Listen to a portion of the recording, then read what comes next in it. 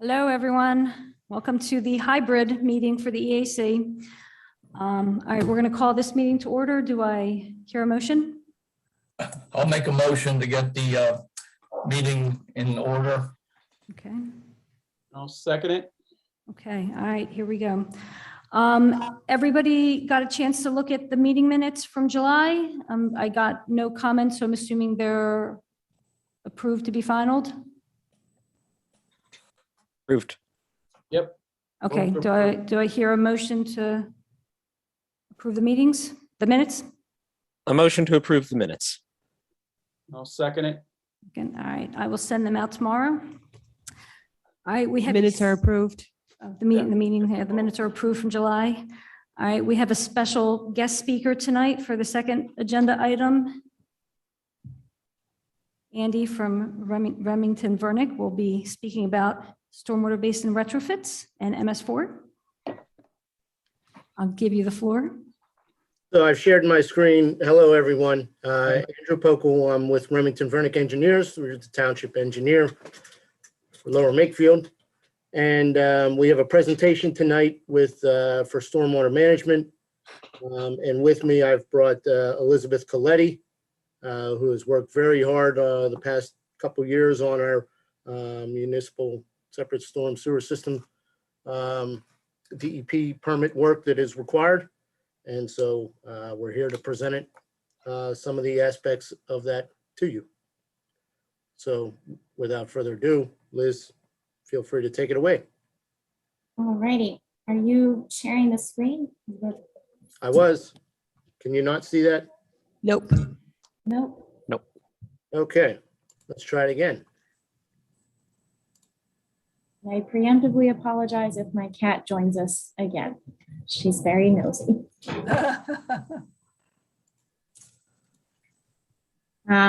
So How's this that? Yep, all good. So this presentation is a truncated version of the one we gave to the Board of Supervisors not too long ago and has a stronger focus in how the EAC can participate in the program and help the township reach compliance moving forward. So next slide, Andy. So there are three main components to the MS4 program.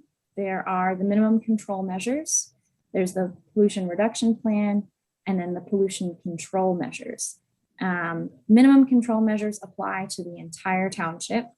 The pollution reduction plan only applies to the impairments that are the waterways that have a sediment impairment. And then the pollution control measures are for impairments associated with Appendix A, B, and C, which is for metals, pathogens, and priority organic compounds, respectively. Next slide, Andy. So in the township, we have Appendix E for a couple of the watersheds, and we have Appendix C and B for a few of the others. So they are in this list right here. This is a list that DEP publishes. So it shows the different requirements for each of your watersheds, and then the suspected causes for those impairments. Next slide, Andy. So this is a map of the township, and the different watersheds are highlighted in the different colors. So the solid colors are the sediment impairment areas, the ones that the PRP guides how we are going to meet the eventual reductions. And then the striped colors are the watersheds that are subject to a PCM. So the rest of the presentation is going to kind of jump through the aspects that the EAC can help with in regards to the MCMs and the PRP and then the PCM. So we're going to go into the MCMs first, and it'll be pretty brief. Next slide. So here are the 6 MCMs that guide the entire township. And the first 2, public education and outreach and public involvement and participation, are ones that the EAC can absolutely help with and often help us meet our compliance requirements every year, just through the events and the newsletter and things like that, and presentations like the one that's happening right now. The ESA has also helped in the past with MCM 5, which is the post-construction stormwater management. They did the initial BMP inventory of all of the basins. So we keep that updated, but that is something that the EAC started and was pretty invaluable and was extremely helpful. Next slide, Andy. So the pollution reduction plan, this is the current status of it. The public comment period began at the beginning of the month. We already received a comment from the EAC letting us know that one of our proposed retrofits already occurred, which was awesome. So we have updated that and changed the calculations, and this presentation reflects those changes and will be included in the final submission that we'll be putting with the annual report at the end of September. Next slide. Yeah, so let me chime in here. I just want to kind of confirm that we're still within the public comment period. And so Yep. part of what this presentation is about is getting the word out to review the pollution reduction plan. The township has a copy of it on the website. And so we want the public to review it and then get back to us with any comments that could be incorporated before we submit a final submission to DEP. And if I may add, we also have a copy of that at the front counter of the township building, so anyone who comes in can go read the plan, look at the maps, and offer any public comments in writing. Thank you. Wonderful. So this slide gives a summary of the BMPs that have been completed to date that we are currently petitioning to take credit for in this submission. So this provides a summary of all those basins and the potential reductions we expect to receive from them.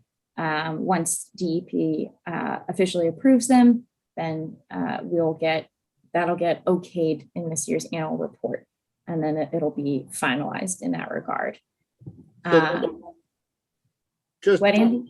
just to back up a little bit and just make sure that everybody has the same understanding of what the pollution reduction plan encompasses. It's a requirement by DEP for the township to calculate the amount of pollutant load or sediment that we are contributing through our storm sewer systems to the waters of the Commonwealth. Yes. And they have several ways in which those calculations can be completed. We've gone through exhaustively in trying to eliminate areas that aren't necessarily the responsibility of the townships, whether they're state roads or railroads. We're allowed to remove them from the system or our calculations, so to speak.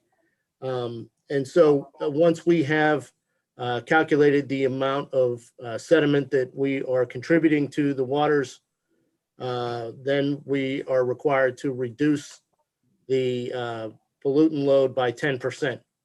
And Yes. so I think that number brings us somewhere around 150,000 pounds per year. Is that correct, Liz? That sounds correct. Yes, Andy. Yeah. And so right now, just doing nothing based on the work that developers have completed as far as installing stormwater management systems as part of their development.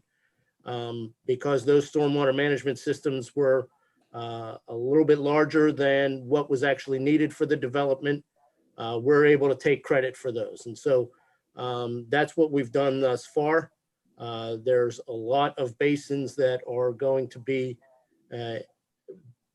being completed as part of the Regency development that we have to look at, and maybe we can take credit for it in the next annual cycle for the pollution reduction plan. But because they have not been dedicated to the township yet, we can't necessarily take credit for them yet, but it's possible that those could be included in any future pollution reduction plan.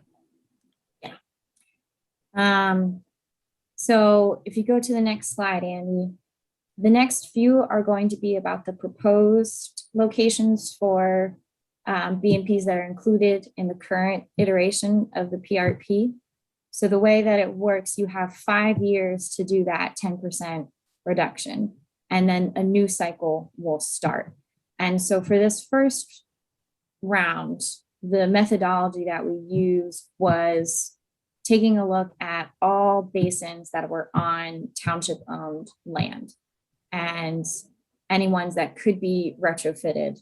They were sort of the first round of potential projects that we included.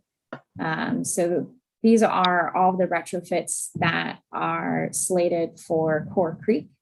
And so that 10% reduction is not overall for the township, it's 10% per each impaired watershed.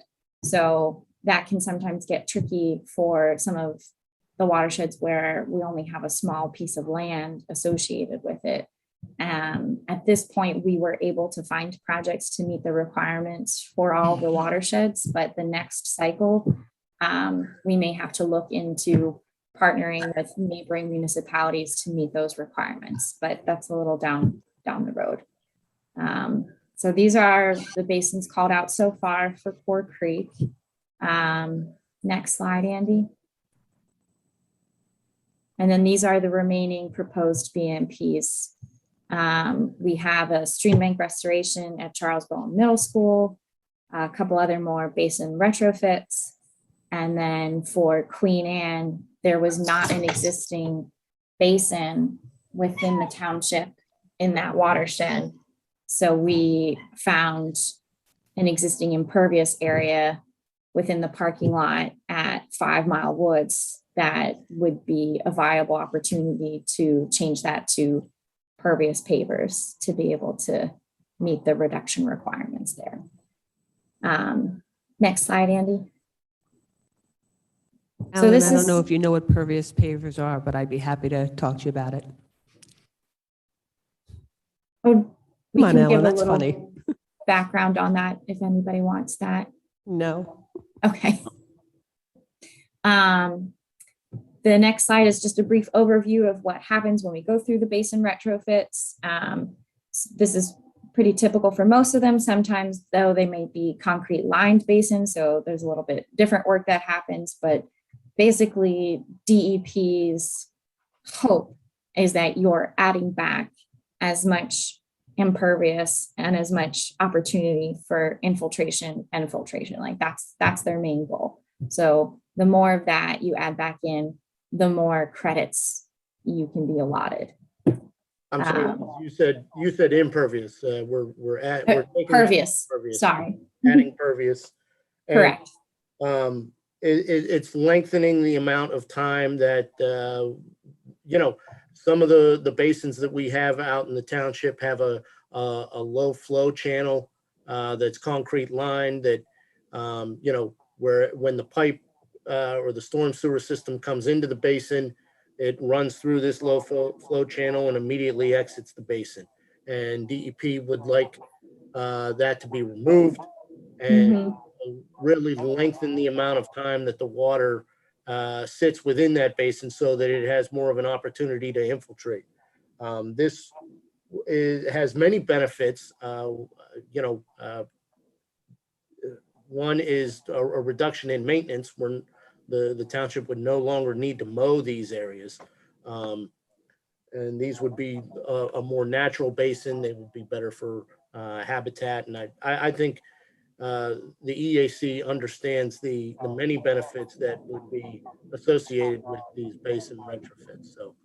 So, Andy, are we allowed, or is the EAC allowed to help you design the plantings in those basins so that they would be most beneficial in their eyes in terms of, native or being a secondary habitat for birds or something like that, so we could get a double bang? Is that something that they could Absolutely. weigh in Yeah. on?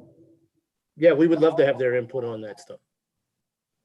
Okay, thank you. Absolutely. So this table here, it gives a summary of the currently proposed BMPs and the estimated range of cost and what we expect the reduction to be. So currently, all of the ones we are proposing do not need to be completed in the current cycle to meet the requirements. We sort of picked everything that was an easily viable project to allow for flexibility. So like Andy said, the requirement is about 150,000, and right now we would be at 206,576 pounds. So, And the cost estimate numbers were based off of, the DEP has a best management practice manual, and they have a price per square yard for basin retrofits. And I will share this. I don't know that I'm speaking out of school here, but in one of the other municipalities that we've worked in, recently this year with their road program, they put out a basin retrofit package with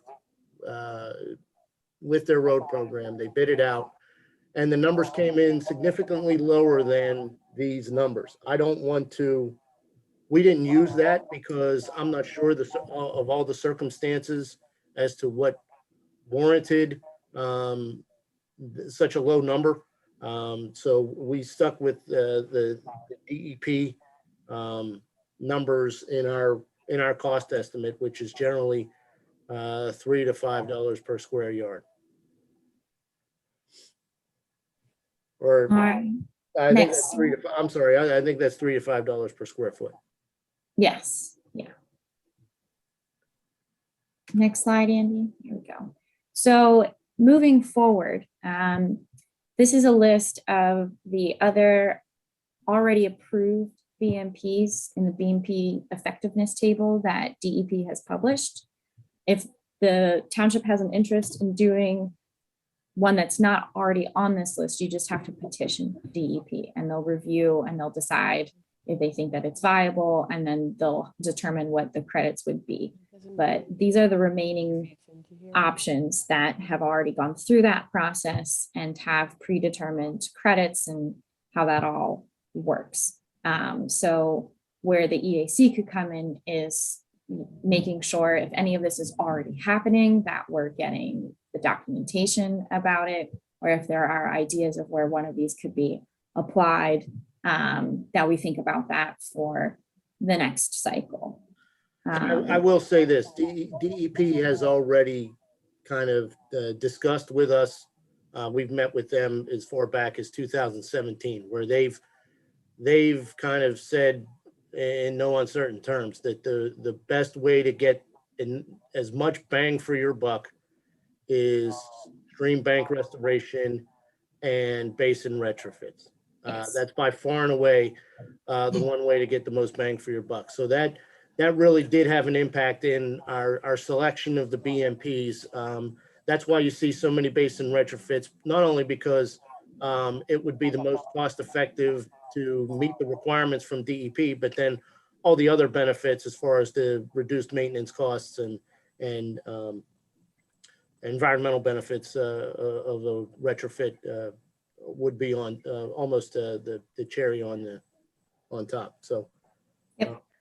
Yeah, we did consider these BMPs, but we decided that it would be much more economic sense to go with the basin retrofits and the BMPs that we chose previously.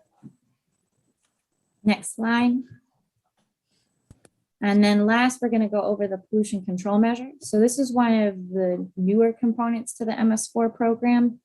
And this is focusing on appendices A, B, and C. And Lower Makefield, we only have B and C.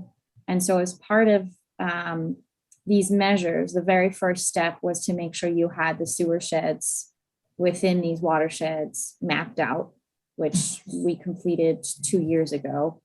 And then the next step was to create a source inventory. So basically it was pulling the parcel data that are within those delineated sewer sheds and making a list of all the potential sources for the pathogens and the priority organic compounds. And that initial list was completed last year.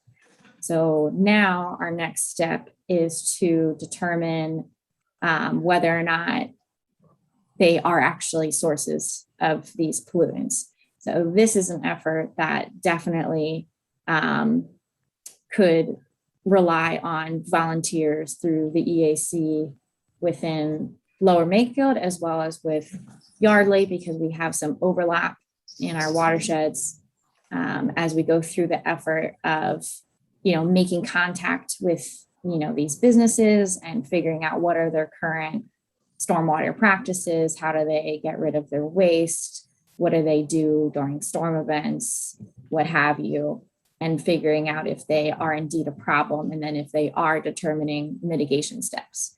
So we have 2 years to go through that process, and then at the end, we have to furnish a report with the annual report of that year of our findings and how that all went. Andy, next slide. And then on top of all of that, there is the overarching requirement to make sure that the township stormwater ordinance is in line with the 2022 model ordinance by the end of 2022. So the only new aspect of the model ordinance truly is repairing buffer requirements. So we're in the process of reviewing the township's ordinance to see if anything needs to change to meet that. But so far it looks in line with what is needed, because the repairing buffers is still optional, but that is part of the model ordinance. Next slide. So in summary, things moving forward for township compliance overall, the mapping of the sewer sheds for all of the different components, the MCMs, the PRP, and the PCMs has been completed. But we still have to go through the field verification aspect of the entire system. So we have to know where all the inlets are, all the pipes are. You're supposed to know the pipe inverts and the sizes. So as time goes on, we will incrementally get through that effort. DEP is well aware that that is what most municipalities need to do. Nobody really has the time or the budget to do it all in one shot, especially when you're a large township. So that'll just be one thing to continue to keep in mind, that every year we will try and knock out different neighborhoods and get all that information and complete the map as we go. Making sure that there's budget to construct or retrofit the BMPs across the 5-year cycle.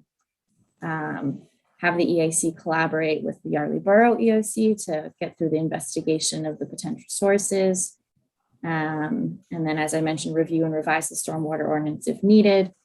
And then for the pathogens PCM, there's a requirement to have certain specifications in the animal ordinance, but DEP hasn't actually published what those specifications are yet. They have been telling us that they are coming for 1.5 years now. So we'll see if we get them soon. And that's it. So if anybody has any questions, we'd be happy to open a dialogue and discuss them with you. I have a couple of comments.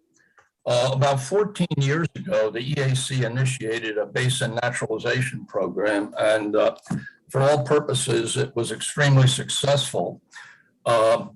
This dealt primarily with basins and also some open space areas. And going back about 4 or 5 years ago, at that time, there were about 100 basins and open space areas in the program.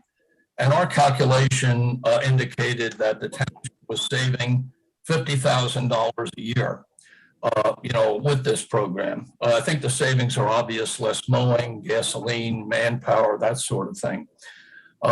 But a basin, when it's naturalized, of course, I was hoping, and I think in prior talks with Jim Majewski, I think the township did take credit for that naturalization program, because obviously when basins are naturalized, meadows uptake at least twice as much, probably even more water than does mowed grass. And also nutrient uptake is very, very important as well. So I'm assuming that the township, over the last 14 years has been taking credit for that. Personally, I welcome this new program. I mean, this is a real adjunct to what the naturalization program is, and it's the ultimate and zenith, if you will, of the program. But one of the mysteries that we've been faced with over the last couple of years is about 4 or 5 years ago, for some reason, they started cutting some of the basins again. And we have never received a clear indication of what happened or who said what or anything else. And if we, could understand what happened there.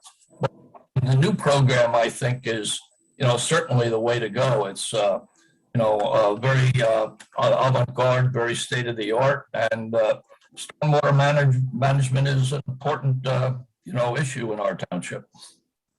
Yeah, I will say this, that I'm not sure how the township has, with the mowing and all that stuff. That's not my aspect. But I will say this, that, there's a little more to a basin retrofit than just, letting the grass grow or naturalizing it. We have to double check to make sure that the basin is sized appropriately so that we can have, we can make it a retention basin as opposed to just a basin for flood control. And so, that's part of the whole process when we get into the individual designs for the basin retrofits, is making sure that the physical parameters of the existing basin can handle the basin retrofit. And the only comment that I'll make is that for the current cycle, we are only allowed to take credit for things that have happened since 2017. Correct. And then, our calculations are based off of what was current as of 2017. And then everything that we've done after that is where we can take credit for certain reductions. So the land cover, the impervious areas for the township as of 2017, that's kind of what the baseline is that gets established for the pollution reduction plan. All right, well, that baseline that was established in 2017 probably still comprehended quite a few basins that were naturalized, because when I said they started cutting them again, I don't think they started cutting all of them. We were constantly trying to get some updated information as to which ones were being cut again and which weren't, but we've never been able to receive that information. Again, personally, I welcome this new plan. To me, the basin naturalization program that we started was a logical first step in stormwater management. Not very sophisticated, but with some, I think, really outstanding environmental benefits. So again, I'm not being critical at all of this new program. I think it's wonderful. But it would also be nice to know why the naturalization program stopped, and who was involved in that. I would like to know that very much. But anyway, that it looks like that's going to be one of life's little mysteries. I think what Jim is trying to point is to, once the retrofits are done, what would be the maintenance implications, because we don't want the same story to happen again. I think that's where Jim is going with this, that once you do the retrofits, what do we have in place within the township to ensure that there is some sort of maintenance to the underground drainage or whatever, because things are going to get clogged over a period of time, weeds are going to come in. So how would we take care of that? So I think this pollution reduction plan is the document that requires the maintenance for these basin retrofits. And what that involves is, somebody going out and inspecting it, inspecting those basins, making sure that the outlet structures are clear of debris, but then also making sure that the plantings within there are maintaining their vitality and that the system is operating as designed. So, Yeah, so right now, as part of the MSMs for the annual report, you have to inspect all of your BMPs at least once across the permitting cycle. So we've already begun a practice of inspecting the basins overall. We do about 50 to 60 a year, and they're identified as what the type of basin they are, and the inspector knows what to look out for. So once they get retrofitted, what he has to look for will change, and then that'll get cataloged in the reports. And so after they do the inspection, they give them a rating of whether or not they need immediate maintenance or repair. And then we provide a summary of that to the township so that they can know what they need to budget for in the next year. So the inspectors are your staff or the township staff? Correct. Our staff. Yes. Yep. And that's part of your contract with the township? That's part of our MS4 contract. Yep. Okay. Great.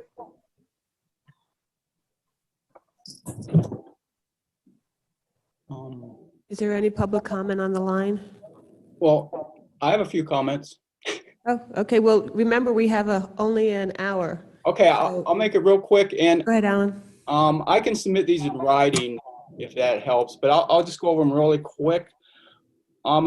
Just a suggestion, the 10% sediment reduction required for the each watershed. Yes. You have a table that shows for the entire township. It might help PADEP's review and just a general understanding of this if you broke it out by watershed. You know, We do have that in the report. That was just a summary table for this presentation. We do have that in the report. Well, I Yep. looked in the report. I didn't see it, but Oh, yeah, that's my suggestion. okay. okay. I And, know that we have that created. We'll make sure that that gets into the report. Because I agree with you. I think it's much clearer that way. Yeah, that would help. And if you put in the calculations in Appendix D and E, that would also might help review it, because those are blank right now, a lot of the sediment reduction calculations.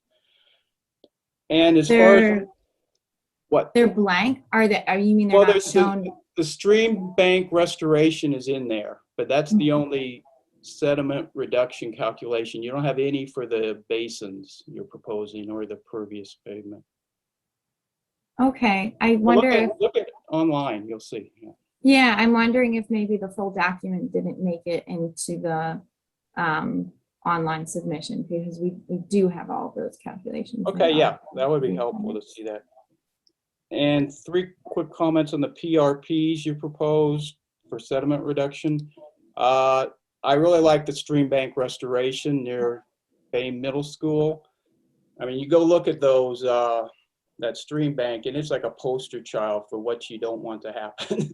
So that's a great project you're proposing there.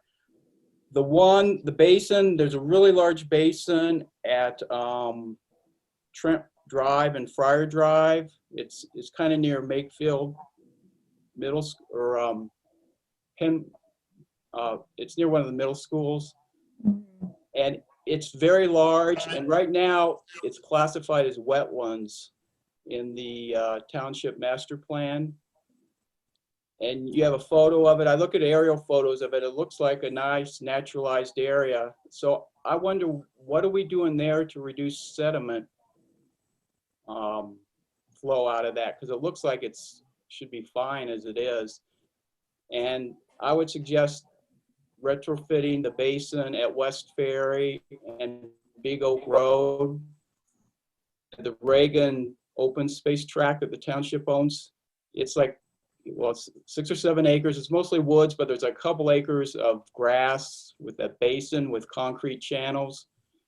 And if you're interested, I can send you a video I took a couple years ago after a storm, and there's just sediment flowing right out of there. No, any information you can provide, absolutely, definitely. Okay, helpful. I'll write up that and send it to you. Yeah, if you could write up all of the basins that you think should be added to the retrofit list, we would be happy to. Yeah, it's just, removing the one and adding the other would be my suggestion. And then the last thing is for a PCM for organics. Yes. Buck Creek is in the Delaware watershed. And Yeah. we're planting trees at Patterson Farm along the creek that goes through there. Okay, Seems like we could take credit for pesticide and fertilizer reduction by, yes. you by can. putting in a riparian buffer, planting a riparian buffer there. Yeah, so the riparian buffer is supposed to be 300 feet wide, I think, Well, for you to get full credit, but you can get partial partial credit. credit, we'll take partial credit. Yeah, Alan, actually, the two last basins that you had mentioned, the Patterson Farm is not within one of our impaired watersheds, so we don't get credit for this pollution reduction plan for any of the planting done there. And No, also, this is the because- Reagan tract off of Big Yeah. Oak Road is also not in one of the impaired watersheds, so that also would not be creditable for the purposes of this. You sure it's not in Rock Run? I look at some maps and they have it in Rock Run. Alan, I think if you send that information over to us, we We'll can take a verify. closer look Yep. and Okay. and verify it. And yeah, all of those suggestions that you have, we can evaluate. As far as the riparian buffer being planted at Patterson Farms, yeah, we know about that, and we understand that that could be something that goes towards the pollution control measures. And yeah. Okay, good. And I tried to contact the Yardley EAC to find out how they're doing on their Growing Greener grant, the $70,000 grant they got to evaluate Bucks Creek, and I didn't hear anything back. So, I can give you an update on that. okay, all right. We have put in the stream gauge data and I have been collecting data since very early 2021. Everything got installed at the end of 2020 and we've been collecting data since the beginning of the year.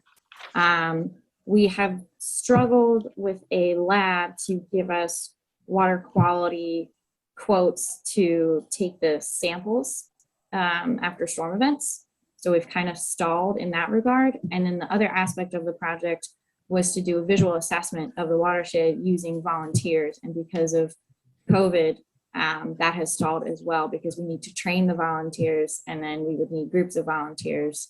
And so the logistics of it was kind of up in the air. So we are in the process of requesting an extension on the grant so that we have the time to do everything that we want to do. But once it feels safe to move forward with the visual assessment aspect, the Yardley Borough EAC has every intention of reaching out to the Lower Makefield EAC and combining volunteer forces to get through that. All right, good. And last thing, I promise this last, we're hoping to have a table at Community Day and we can hand out information on the MS4 program and what people can do to minimize. Okay, we can make a flyer if that's what you're looking for. Yeah, I mean, there's several out there. Yeah, we could hand them out if you want to get us any. We might already have some, but yeah. Yeah, but we could make one very specific to your program and what the priorities are for Okay. sure. All right, that's it. And, I will say, piggybacking on what was recently discussed, with the grant program that Yardley Borough had for this, it is our intention to push and apply for the grants that, DEP or the DCNR, they are certainly giving out grants to address for these projects that address pollution reduction plans. And so Yep. those cost numbers that we had in our presentation, we are hopeful that we can supplement the township match so that we can obtain grants to pay for a majority of that BMP work. Yep. I just might add also that in the past, Lower Makefield Township received 4 significant grants to update and beneficiate basins in the northern section of the township. And the main reason that we got those grants, and they were a significant amount of money, was because of our proactive approach being primarily the naturalization program, and that was actually mentioned in the grants when we received them. My other suggestion is that before we retrofit specific basins, if they're not in the current list, I think they should just remain naturalized until the period of time that they come up to be retrofitted. If I may add one thing, Alan Dresser actually was correct. The basin at the Reagan tract near the Latter-day Saints Church is actually in the Rock Run watershed. So thank you, Alan. That's an excellent one to retrofit, and I believe that's also on our long-range tree planting plan. It is. Good.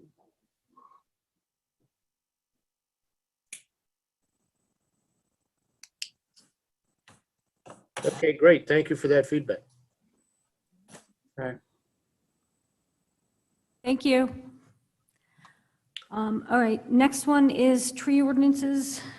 Jim Majewski, are you going to take this one away? Yes. Night, Andy.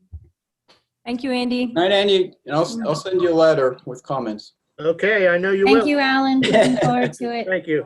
Thank you very much. Night, everyone.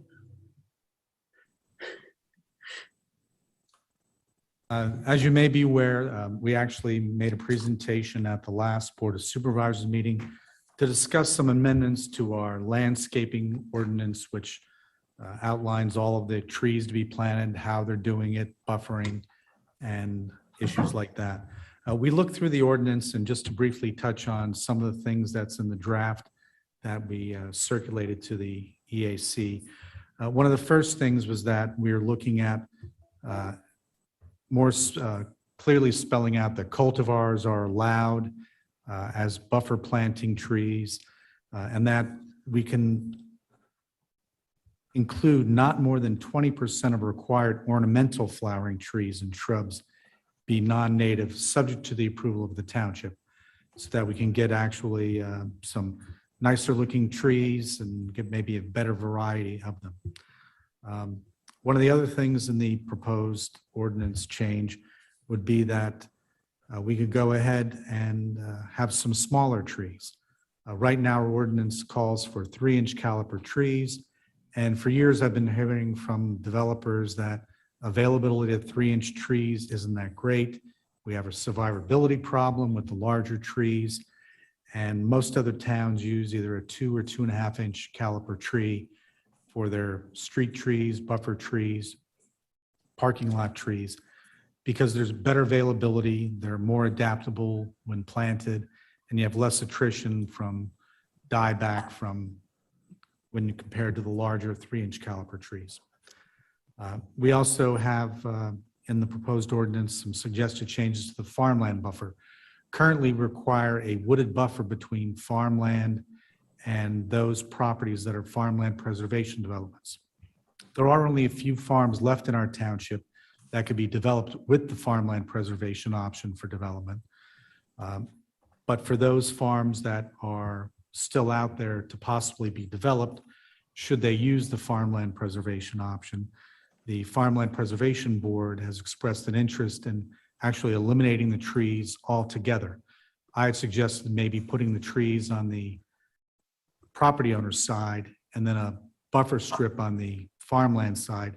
Farmland Preservation actually had a preference to just have a grass strip all around the farmland. And that's partially because, one of the advantages of having a property backing up to farmland preservation property is that you have a view of the farm, and we're actually disrupting that view by planting a buffer. So we're kind of buffering the residents from what they actually are buying into. And that, one of the concerns I had was dust and chemicals going from the farm to the property owners. And I was assured that actually farming practices have changed over the last 30 or 40 years. And the way they plow their fields generates less dust. There's less pesticides and chemical use involved. And it's more, rather than a widespread application that could drift over to property owner's property, it's more self-contained on the farm. And a 25-foot grass strip would be easier for them to maintain and use. We also, under the section about plants that are suitable for buffers, we specifically added in that cultivars are allowed subject to the review of the township, along with 20% of non-native for ornamental flowering trees. And that sort of summarizes the proposed changes to the ordinance. And as you're probably aware, the township did recently change the fee in lieu of number in our fee resolution so that we're now up to what it should have been last year. And I'm not sure if you have any questions. I have several questions, Jim, but I think probably, not to belabor the point because we have to finish by 7, but I think this is something that should be certainly discussed in length and depth at the next EAC meeting. So I assume these changes are going to be sent to us. Have they already been sent to us or not? Yes, they were sent to you last week. Okay. All right. I don't remember, receiving them. However, I will, check again. But again, I think this is something that we're going to discuss at our next EAC meeting. Thanks for the presentation, Jim. Yeah, and one thing that I might add, and I forgot to mention, is that I've also looked at, are there other trees that are available that would be native that we could add to our plant list? Currently on our plant list, we have 16 flowering trees. Many of them are almost a combination of like trees, shrubs. They're smaller ornamentals. We have, I think, 12 evergreen trees and 50 deciduous. I did look around, and the Lancaster County Planning Commission developed a landscaping guide that has a more thorough listing of Pennsylvania native trees and shrubs. And they have like a total of 126 trees on their list. I know some of them are trees that currently maybe are not preferred to be planted because of blights or because of other issues. But Lancaster County is in the Piedmont region, which comprises most of Lower Makefield. We also have a small area of the Atlantic coastal plain down along the southern end of the township. But if we could expand on our list of possibly available trees, take a little closer look at it. And I think having the chance to look at the chart that they have and maybe sort of using it where they actually show just where the trees are more suitable, what type of plantings they are, what location they're best in, would be useful for everyone. Jim, actually, our ordinance already enables Lower Makefield Township to expand beyond the horizons of the Lower Delaware Valley. There's specific wording that indicates that if other natives, outside that area are compatible and approved by the BOS, they can already be used. So I think what you're talking about is maybe just formalizing that language a little more. But again, I don't want to get into this because we've got a couple of more things to take care of before we get out of the meeting. One quick piece in addition to what Jim said earlier. I haven't found the material for us to review that was sent to us. If that could be resent, that would be deeply appreciated. Sure, just I will resend it. It's from me, so you might want to search just under me because Sure. I sent the attachment, the Google Drive or whatever that was that Jim gave me. Sure, So that's thank you. how you would find it. But Jim, to your point that, we have a lot to get through. This is one of the things we have to get through, and I would like to have a little bit more of a discussion before we just move on. I am, as you know, anxious to bring clarity to this issue, and I appreciate Jim being here tonight, Jim M. and Jim B. I'm glad Jim B is here too.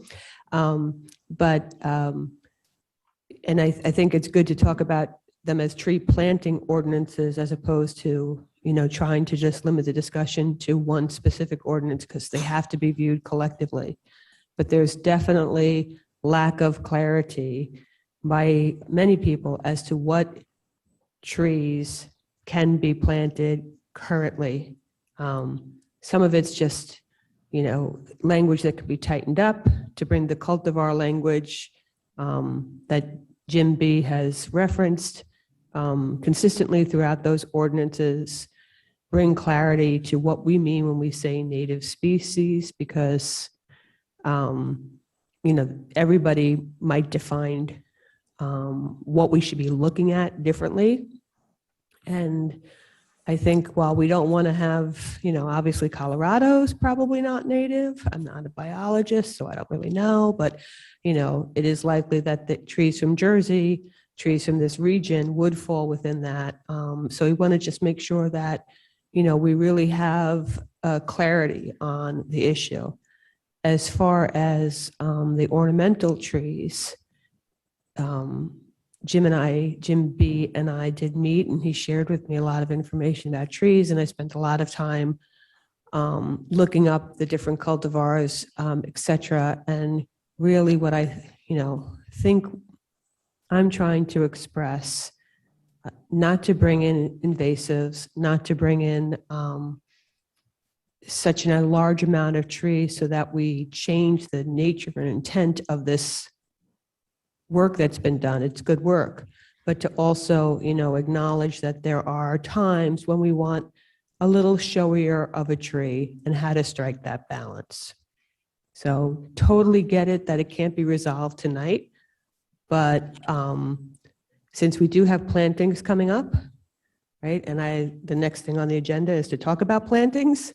I would like to have an understanding of what we, meaning the EAC and their the great efforts we're going to do at Patterson this year, and then some of the additional plantings that I've asked you guys to consider. And I know Linda has done some work on the tot lot and something else, that we just understand what it is we're talking about. Because right now we're bound by those ordinances. And if we wait to your next meeting and then we wait to get it to the board and then we wait, these plantings that we're trying to schedule for this year are going to be impacted by the lack of clarity. When trees or shrubs are planted on public property, like Patterson Farm, for instance, there was already a provision in the ordinance that non-natives may be used with the approval of the Board of Supervisors. Yes, I totally agree. But I think it would help the board to understand exactly what the EAC's thinking, generally speaking, is on all of this. Because, to that point, in the non-perfect world, all of this could just go to the board, right? It wouldn't even have to come here, but that's not why the EAC exists. And I do want to get all of your input so that we end up at the best place we can. My personal feeling is that this is essentially an environmental ordinance. The purpose of the ordinance was because of the loss of native through significant development all through the township, that we wanted to return native vegetation to the area. It was modest. Even defining native plants, you can come up with 50 different, definitions. But again, my particular feeling is that natives, firstly, are incredibly showy. When the British first came into this country and they looked at the vegetation in Eastern North America, they simply could not believe what they saw. And Britain, by the way, now is filled with American natives. So personally, if you want showy, whatever you want in the way of beauty, showy, size, or anything else, it's my feeling that the American natives are there. So as far as I'm concerned, the ordinance, I think, stands the way it does. I think it's written for a specific reason. If there's a significant, reasonable way, or rather reason, or to put in some non-natives, there's a provision in the ordinance for that. But again, I think what we have here is a smorgasbord of incredibly beautiful plants, and we can also use other natives outside the area. There's provisions for that as well. The ordinance was not meant to tie tightly the township up in strictures. The idea was to make it reasonable, and I think to that extent it is. Now, if it's the prevailing opinion to make these changes, well, so be it. I wouldn't particularly be, in favor of them, but then again, I'm only one voice, so we have other voices as well. So Jim, you're saying you're not in favor of smaller trees, or, because there are a bunch of components to what I listed. Is No, it just the smaller is it just trees, the, I don't have any issues with that. What I'm concerned with is natives. If size is becoming an issue, or, specific buffer sizes or buffer, what the buffers contain, I don't have any issues with that at all. What my issues are with native versus non-native.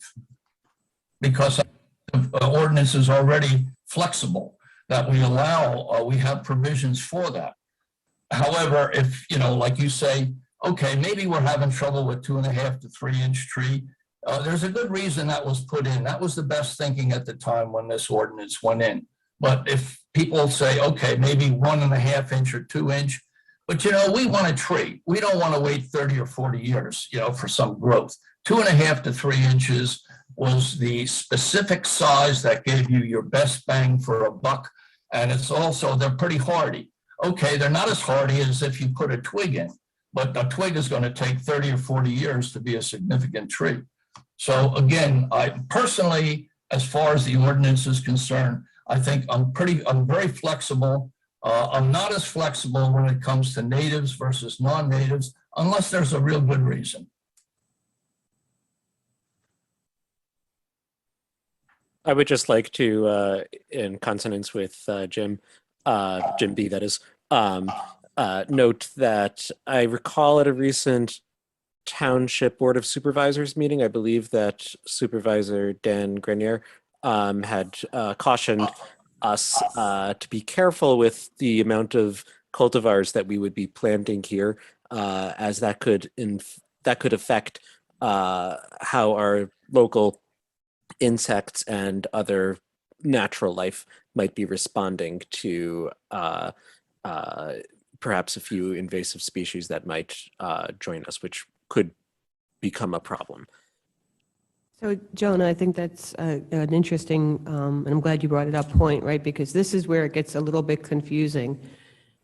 Right now, cultivars are allowed. Cultivars are not native. How it goes down that spectrum, I'm the first to get lost.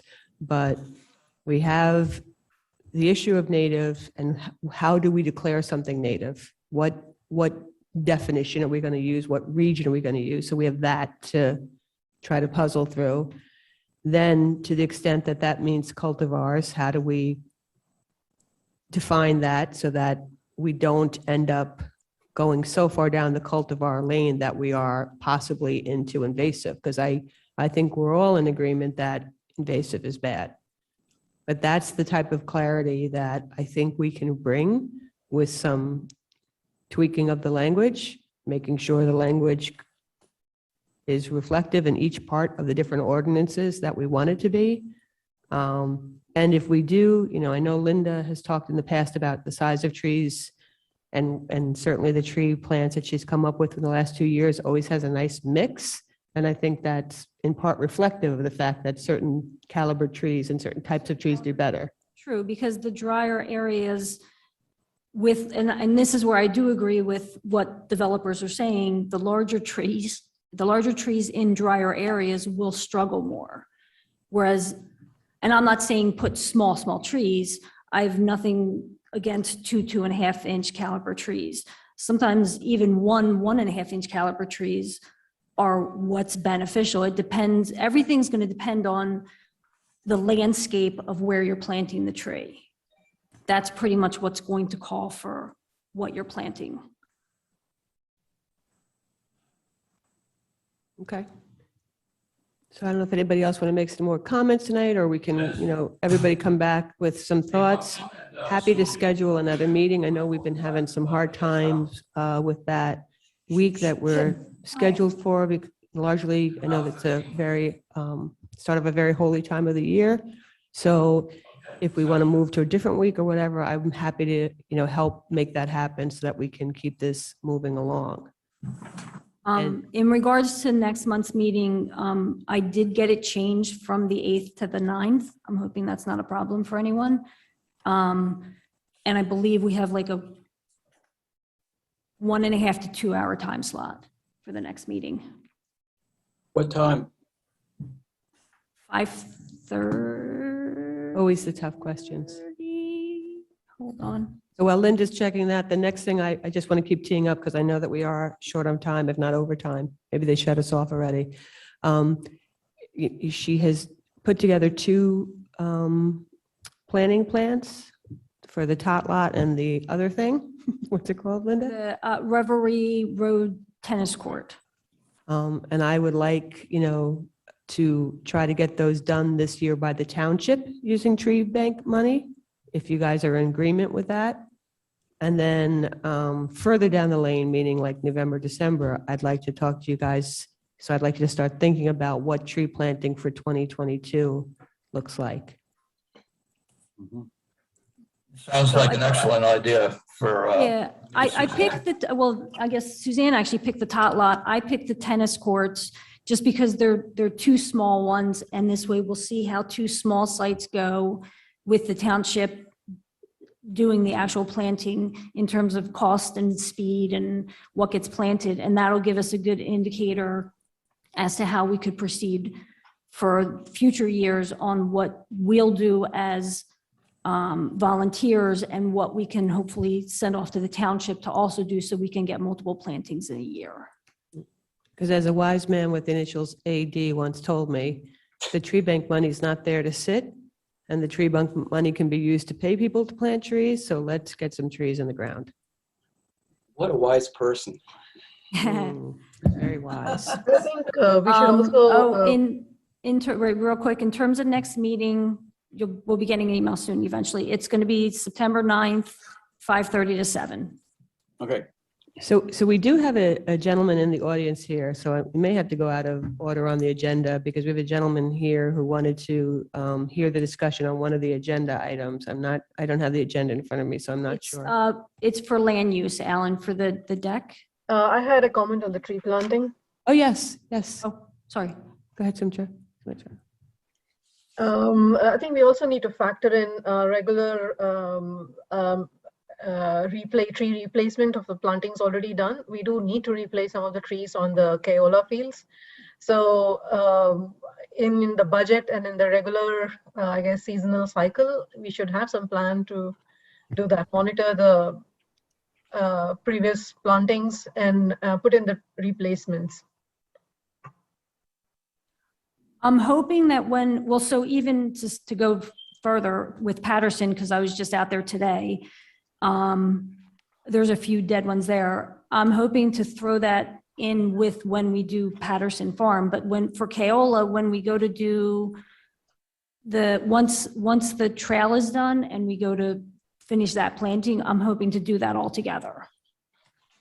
But either that or we can even discuss it, that maybe it's something that we even throw into that the township can do also. Yeah. There's 2 options for it that we can figure out as it comes along.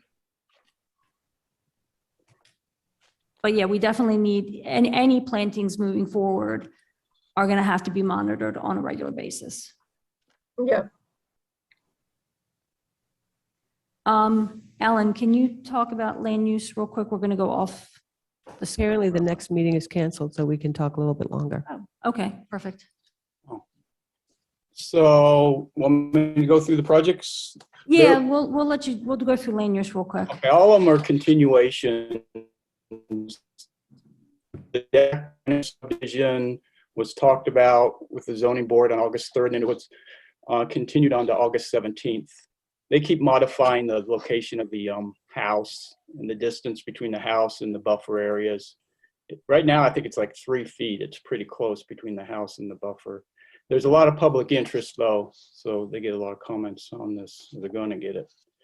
The Jennings lot subdivision, that's also continued to August 17th. Is Jim Majewski still there? Yes. Jim, I had a quick comment. When looking at their plans, they calculate the net buildable area, and this is a residential resource protected area, and woodlands protection there is 85%. And I look at the table and they have 70%. So you might want to look at that. Okay, I know we had our township engineer review that, so I'll make sure and see what he had in there to make sure it's accurate. Yeah, because that would reduce the size of the lots on the site. But that's continued on to August 17th, and there's a lot of public interest in that one too. And the last one, the Board of Supervisors approved the Shady Run Road lot line change at their July 21st meeting. And the supervisors did not give a waiver for the tree replacement ordinance. So 3 cheers for the supervisors. Yeah. Who doesn't love a tree? So that's it. I mean, there's one at Oxford Valley Road across from the community center. That's another subdivision of a lot. But I didn't see any big issues there. That's I it. think the only issue on that one's going to be tree replacement also. And they're actually looking into modifying the house a little bit so they can cut down less trees and therefore have to replace them. Although they are willing to do what they need to do. Yeah, it sounded like that. So, sir, did you hear Alan's comments? Did you want to make any comments? So come up to the mic and make sure it's on, just like tap it.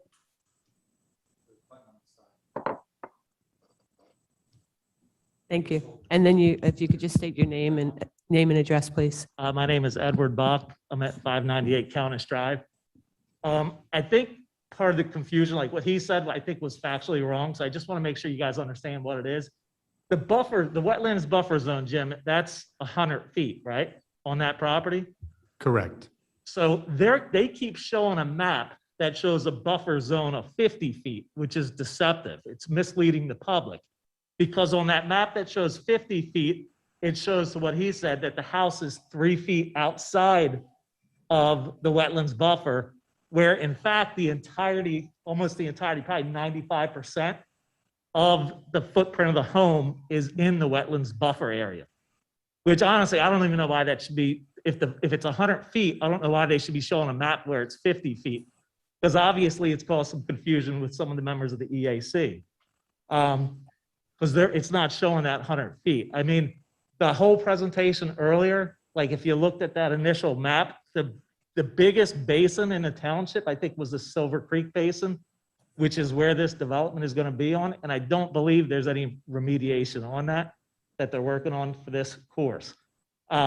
That creek is a disaster. There's erosion up and down it. If you know this creek, it starts up by the softball fields, and then it kind of runs down through the neighborhoods. It goes over roll-offs twice, and then it takes a turn and goes between Countess and Woodland. So it's kind of hidden, so you can't see the damage. It's pretty much hidden behind people's houses. But the amount of sediment that's in that is generating from all the erosion it's pretty bad.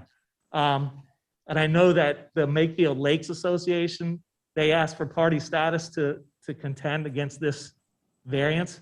I believe their board has had their meeting, and they voted to request party status again at the next meeting because they're against it. They're worried about the sediment being dumped into the lakes and damaging the lakes.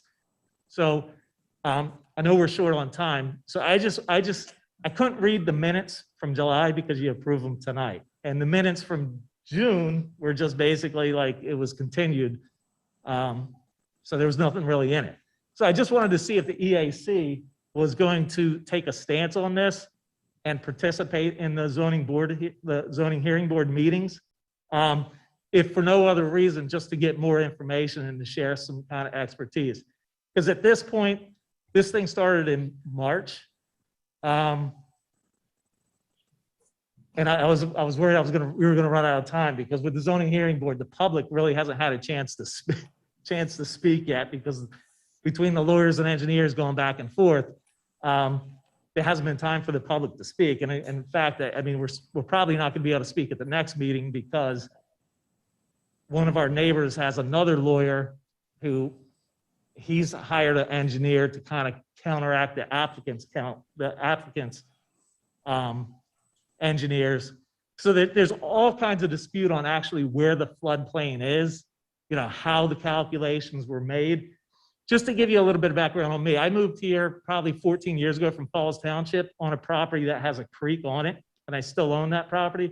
So I've lived on a creek since 1998, and it's kind of fascinating to me how different Lower Makefield handles its creeks than Falls Township. Falls Township, if you had a problem, the Township Public Works would come out and do it. They'd install riprap on my property and told me it's not really your choice. There's erosion there. We're going to take care of it. It's our responsibility to maintain the creek and make sure there's not a problem.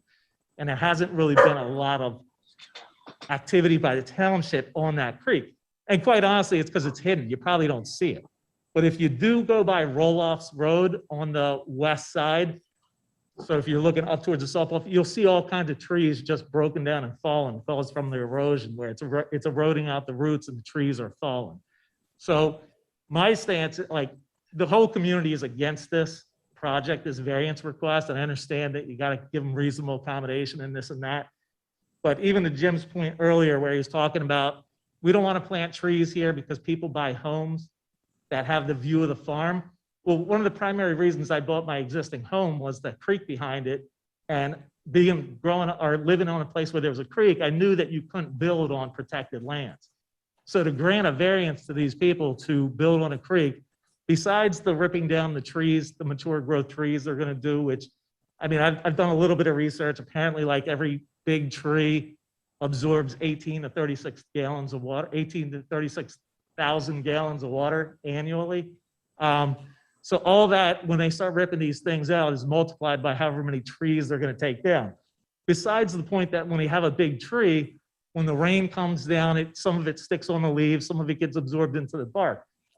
They have this engineer that's he's almost pretending like it's a flat piece of farmland with no trees when he's making his calculations. He doesn't really have the lay of the land. Their major plan is to have a rain garden, but the rain garden is at the top of the hill. So it's really going to be catching water more from the neighbor's house above it who's selling the property than it is from the bottom.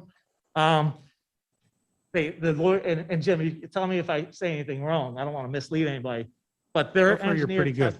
huh? So far, you're pretty good. So their engineer basically testified that the house is below grade. So the house is down here, the rain garden's up here, and their engineer testified that they're going to have subterraneous pipes that are going to feed the rain garden. Which to me, if your pipes are going downhill to use gravity to move it, and the hill's going up, and they're only going to make a 12-inch rain garden, to me, I'm kind of concerned that the pipe is going to end up below where the rain garden is, and it's not going to work. So I mean, Actually, there you're just a little bit off. What they're planning to do, the property is gently sloping from the front back to the stream. From where they put the house, they're going to tie the roof leaders from the house, all of them, into the rain garden, which is sort of on the uphill side. right. So all new runoff generated by the house will go into the rain garden. So you're a little bit off, but that's No, no, basically what it is. So the house is down here, the rain garden's up here, right? It's uphill. The rain garden's higher. It's not really much uphill. It's negligible. Is it uphill or is it, I mean, It's very flat out there, so It's- I wouldn't really call it necessarily uphill. I'd It love to is see, I would higher. love to see an elevation survey because the whole thing is sloped down. I mean, otherwise the water from the house above it wouldn't go anywhere if it was flat, and that water just rolls right down. So I mean, that's for the zoning hearing board to have those conversations. I just want to make sure that the EAC understands that the whole presentation earlier, when they're talking about reducing sedimentation, reducing impervious surface, and all these, and how trees absorb water and how we want to have a natural, this whole variance request goes against everything that the township is trying to accomplish from the DEP. So I just wanted to make sure that you guys had a clear understanding of what was happening. Because we're looking for, advocates that are, I would say, neutral and knowledgeable on the environment. If I may, The Board of Supervisors actually is opposing the application. And our township solicitor has appeared at the zoning hearing board application and has questioned their witness. And we still have not gotten around to calling any of our witnesses, depending on how everything plays out. But the township is opposing the application. I agree, and I read some of the zoning hearing board minutes from the past, and in the past, members of the EAC have testified against certain variance requests. So that's why I was here, is to see if anybody from the EAC is going to participate in this hearing. Or if nothing else, make sure they have a clear understanding of what the hearing is about. Yeah, I don't recall anybody from the EAC being a party to a zoning board hearing. But what I'll do is I'll listen to the August 17th meeting, and if there's some issues that need to be raised with the zoning board, I'll write up something and run it by the rest of the EAC, and we'll submit it. No, that's, Yeah. Right now, that's they all come I'm asking in is with a to have- different plan every week, and it's it is. very confusing. And from a member of the public, like when I go onto the township website, and we're in COVID time, so I'm not being critical. It's hard to maintain everything, but like you'll say this meeting's at 7. Just stop right there. Just stop with that great thing that you said, that it's COVID time and you don't want to be critical. So We know it, the website's not state of the art, and well, you fix it here, but then you don't fix it Well, there, well- and then it's here and it's there, and we're doing the best we well, can. my concern is the plans for this variance request, like the file date is June 15th, and they make changes, reactionary changes to what they're told, but the public never sees the changes. You know, we kind of find out about them at the meeting, and it's hard to prepare comments about stuff if you don't have time to review it. Because I have a lot of friends in different places that have more knowledge on this than me, so like I'll float it by them to see what their opinion is. And if I don't have time to do it, I don't have time to speak intelligently about the conversation. And if I may just quickly go through the zoning hearing board process. The applicant submitted the application, and they heard from the Board of Supervisors that they were opposed to anything within the floodplain. They redesigned it to move it out of the floodplain. And then we finally gotten around to them presenting their case. And then I guess the neighbor who's opposing it had told them what some of their concerns were. So they revised some stuff, and stuff often is submitted at the meeting. They present their testimony, they present exhibits. The application itself and the original plans are required to be in advance, but subsequent exhibits are often introduced, not really on the fly, but at the meeting. And it's something that then the opponents will then submit their exhibits at the meeting, and they don't necessarily have to provide them in advance. They often do, just as a courtesy, depending on, the situation. But there will be ample time for all this to go through. I know we haven't gotten to the residents yet, and we probably won't after the next meeting, but I've sort of tried to clear the docket for our September 7th meeting, I think it is, so that we have one other application, and then this one will be on for the rest of that meeting, so that hopefully we will have gotten through the testimony for the opponent's engineer, and then we'll be able to get on to all of the residents to make their presentations at the meeting. Okay. And the other concern, besides the environmental damage that I think this will do, is the wildlife that's back there. I mean, right now in that area, it's just flooded with deer, which deer are overpopulated. It's kind of like the Deer Highway, the creek. Deer, I just watched a show, and it's a good show. If you have Amazon Prime, it's called The Secret Life of Deer. It's a documentary on deer living in residential communities. And deer pretty much are blind. They react to motion, sense, and smells. So my fear is that when you put this house right there where they're hanging out, and I'll have pictures, and I guess I can show up with a flash drive or something like that they can show the board. Is that fair? Yes, and actually, if you could provide that to us in advance, that's fine, and that way we could share it here from our screen and put it up for you. Yeah, I'm still working on it. But at some point, we have to get back to EAC stuff. No, I understand that. What I'm saying is the deer are a concern. There's all kinds of, there's fox and stuff back there. And my concern is that if you disrupt these deer, you force them further into the neighborhoods, spreading deer ticks and miscellaneous stuff, putting them in danger of getting hit by cars, putting them in danger of interacting with small kids. So there's a lot of things that are environmental that I figure wildlife is part of the environment, I take it. So, I mean, that's another concern that I think that we have that needs to be addressed. To my knowledge, there hasn't really been an environmental impact study done. So Go back to zoning. So- That's not what this committee does. well, aren't you guys the environmental, like, With the EAC, but we don't do environmental impact studies for, no, but what I'm People's saying houses. is, would that be something that would necessarily be necessary? Like, if we don't know what the environmental impact is that something that the EAC would think would be required? Actually, that's something that the applicant has to make their case to justify why they think relief will be granted. And it's up to anyone in opposition to provide their evidence of why they think it should not be granted. And then the zoning hearing board, which is made up of 5 resident volunteers who were appointed by the Board of Supervisors. Once they're appointed, they're their own body, independent of the Board of Supervisors, with their own solicitor who advise them on legal issues Okay, regarding that. And so they have to weigh all of the evidence in its totality, and we're not even close to being done yet. no, that's fine. I just want to make sure because it was. we understand Alan has made a commitment, and I'm going to ask that we get back to EAC stuff. So thank you so much for joining us and bringing this to everybody's attention, joining them, because I'm not really on the board. I don't count, as Linda likes to say, but thank you. Thank you very much. Jim said it. Jim B? No. Okay. Do we need to go back to tree ordinances, a tree of heaven, invasive, or just invasive species? I think we can bring that all back when we talk about trying to fix the statute. Do we want to ordinances? Do we want to put certain language in there that calls out specific things we don't want?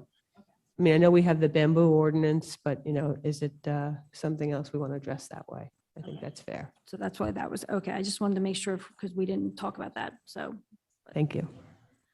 All right, so. Everybody's leaving. We're losing everybody's people. leaving. All right, so we're at number 4, we're gonna go real quick, tree planting. Still working on nurseries for Patterson Farm. Hopefully we'll have something soon. And we talked about the tot lot and the tennis courts, which will go to hopefully the township to plant. Yeah, so I'm going to, tell the board that you guys have come up and recommended those 2 to be done and try to get them done this You fall. need a formal recommendation, or is just what you said? Yeah, let's do a formal recommendation. That's fun. No, I was hoping you were going to say no. No. Well, I mean, I'm happy to say you guys formally recommend it, but if you Okay. want to make a motion, I guess, they're do we always want to fun. make a motion that the tot lot and the tennis courts are going to be the 2 parcels that we say that we recommend that the township bid out to plant? Yeah, I'll second that motion. Okay, well, I think we need a first. We need a first. I thought Linda was. Or is me making it? Okay, I'm making the motion. Okay, so we got a second. Okay. uh, Do you need these? Does the motion pass? Does the motion well, pass? Do we all in agree? favor. Yes. All in Must- favor? Okay. One must say all in favor. Yeah. Aye. All ayes. Motion carries 5-0. Get those notes down, Jeannie. Okay. All right, so we're like all over the place. Recycling. We're set for the 17th, 18th. 18th. You know what? I even saw that. There's too many 7s on my paper right now for other things. We're set for the 18th. Do you want to get a new flyer so we can put it up on the website? We have the old dates on the website. And Yeah, I have one made already. I'll send it out, but it assumes it's just styrofoam, corks, and prescription bottles. I looked Yeah, I into think- the battery, the household battery, and there's a place in Norristown that'll make 50 cents a pound. Wait, you're breaking That up, might run Ellen. kind of expensive.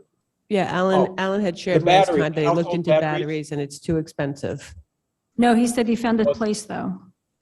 In Norristown, yeah, it's 50 cents a pound they'll take. Oh, okay. So maybe we'll keep thinking about that for the next one. Well, let me know because I'm from I have that- Norristown and my parents still live there, so I can always transport them. Okay, it's just, yeah, the expense if we want to. Yeah, but if there is that option, I can always be the traveler to bring Okay. them down. All right, but I do have a Alan, flyer all made up, so. Alan, can you send me the flyer first so that I can change Yes. the text? Right, Or, yeah. change, So, yeah, the date, September 18th, right. no, I need to change the text on for the prescription bottles. Okay, I so want to make it very specific about labels and cleaning and all that. all right, well, then I shouldn't send it out to everybody. You're gonna have to send it out to everybody. Yeah, I'll just edit that sentence. Okay, well, I'll send it to you first then. Thanks. All right. And, Yeah, anything more on the park recycling? anything new, Gene? No, nothing at all. I'll just add to the park recycling conversation that I've taken it upon myself to go visit all of the parks and recreation sites listed on the LMT website and count how many receptacles we have there and which of them are labeled for anything specific, whether it's plastic or cans or not labeled at all. And I'm hoping to have all of that data compiled by the next meeting. Oh, thank you. Oh, that's great. Super. You're welcome. Thank you. Suzanne, can you mention the September 18th collection and community events at the supervisor meetings? Yes, I'll do She said that. yes. Okay, thanks. And I guess Paul's not on the line. No, his computer died, which by the way, Okay. he did to go down to the very end. He's going to bring a tent for Community Day. Okay, do we need to bring a table, Suzanne? Do you know? Is the I township don't gonna- know, but I can ask. All right, I'll ask Park and Rec, because they'll have to bring a table too. We don't have one. Oh, he said he Yeah, can we- get, he said he can get tent, table, and chairs. All right, well, we'll just let them do Paul. that. Wait, what? Yeah, and I'll send out a schedule of Okay. when people are gonna work. It's gonna be myself, Jonah, Paul, and Kevin. Guys, I think we do have to wrap it up because we have staff that's ready to go. Can I just ask you a quick question? Did anybody get that gentleman's last name?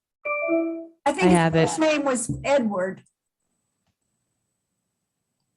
Suzanne's going to send it to you. Oh, okay. Thanks. All right, well, we got to wrap this. Do we just stop? What do we do at this point? Okay, we're just going to have to push everything off to the next meeting at this All right. point. So do we have a motion to dismiss or whatever? Adjourn. Adjourn, sorry. Motion to adjourn. Seconded by Kevin. Okay. All right. Need all in favor? All in favor? Aye. There being no further business before this committee, the meeting is adjourned. Thank you.